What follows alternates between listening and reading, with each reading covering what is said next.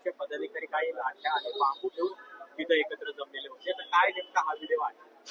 मुळात असे की काल आम्ही काँग्रेस प्रदेशाध्यक्ष हर्षवर्धन सपकाळ यांच्या विरोधात गुन्हा दाखल केला पर्वती पोलीस स्टेशनला। आज जे आंदोलन आम्ही छत्रपती शिवाजी महाराजांच्या सन्मानार्थ त्या ठिकाणी करत होतो, या आंदोलनाची आम्ही पोलिसांमार्फत रितसर परवानगी घेतली होती। आज भारतीय जनता पार्टीचं आंदोलन त्या ठिकाणी होत असताना काँग्रेसचे कार्यकर्ते मोठ्या संख्येने त्या ठिकाणी जमले। ते का जमले?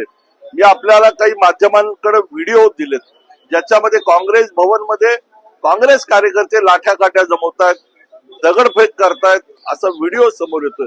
मुळात आजच्या भारतीय जनता पार्टीच्या आंदोलनाला त्यांना गालबोट लावायचं होतं। काल त्यांनी जी टिपू सुलतानची तुलना छत्रपती शिवाजी महाराजांची केली, आज आम्ही छत्रपती शिवाजी महाराजांच्या सन्मानार्थ त्या ठिकाणी जमलो होतो।